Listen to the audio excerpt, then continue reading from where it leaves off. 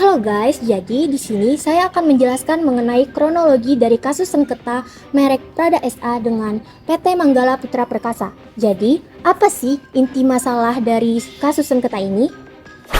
Jadi, kasus ini berawal dari Prada SA yang merupakan perusahaan yang berasal dari Italia. Nah, perusahaan ini sebagai pemilik merek internasional dari Prada, yang dimana Prada SA ini ingin mengajukan atau mendaftarkan mereknya ini ke Indonesia, tetapi mereknya ini sudah terdaftar di Indonesia yang didaftarkan oleh PT Manggala Putra Perkasa. PT Manggala Putra Perkasa ini merupakan perusahaan yang berasal dari Indonesia, yang dimana untuk kelas barang 18 dan 25, seperti tas, sepatu, dan juga pakaian. Oleh karena itu, Prada SA ini mengajukan gugatan kepada pengadilan terhadap PT Manggala Putra Perkasa ini. Pihak yang terlibat yang pertama ada penggugat yaitu Prada SA yang berada di Italia yang merupakan pemilik produk Prada secara internasional. Terus yang kedua ada pihak tergugat yaitu PT Manggala Putra Perkasa yang mendaftarkan merek Prada di Indonesia. Terus yang pihak terlibat lainnya yang terkait lainnya ada PT Arta Indomode dan PT Pelgrow Citra Persada yang mendistribusikan dan mengimpor produk Prada tanpa izin dari MPP.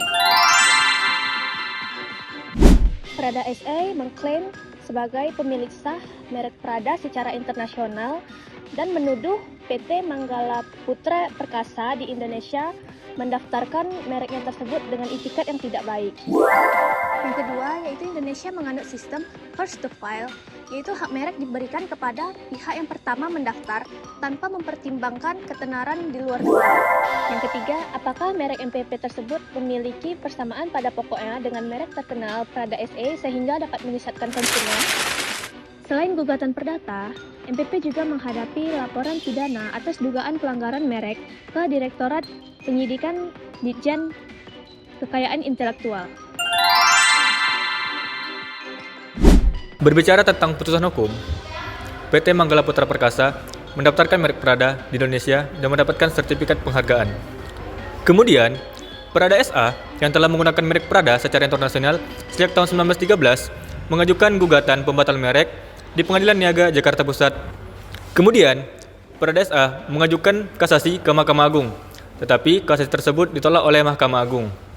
Selanjutnya, Prada SA mengajukan peninjauan kembali dengan alasan terdapat kekeliruan hukum terhadap putusan sebelumnya. Kemudian, di dalam putusan peninjauan kembali nomor 274 PK/PDT/2003, Mahkamah Agung mengabulkan permohonan Prada SA dan menyatakan bahwa logo dan merek Prada adalah sah milik Prada SA. Kemudian, pendaftaran merek oleh PT Manggala Putra Perkasa dibatalkan, sehingga PT Manggala Putra Perkasa tidak lagi memiliki hak eksklusif atas merek Prada di Indonesia.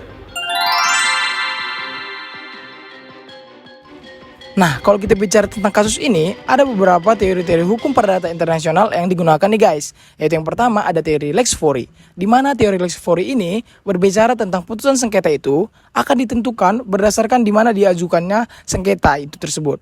Yang kedua, ada teori first to file, di mana first to file ini berbicara tentang siapa yang pertama kali mendaftarkan sengketa tersebut. Yang ketiga, ada prinsip perlindungan merek terkenal. Nah, prinsip perlindungan merek terkenal ini berbicara mengenai perlindungan terhadap merek-merek terkenal nih guys. Dan yang terakhir, itu ada titik taut sekunder. Di mana titik taut sekunder ini merupakan teori yang berbicara tentang di mana dilakukannya perbuatan hukum itu guys.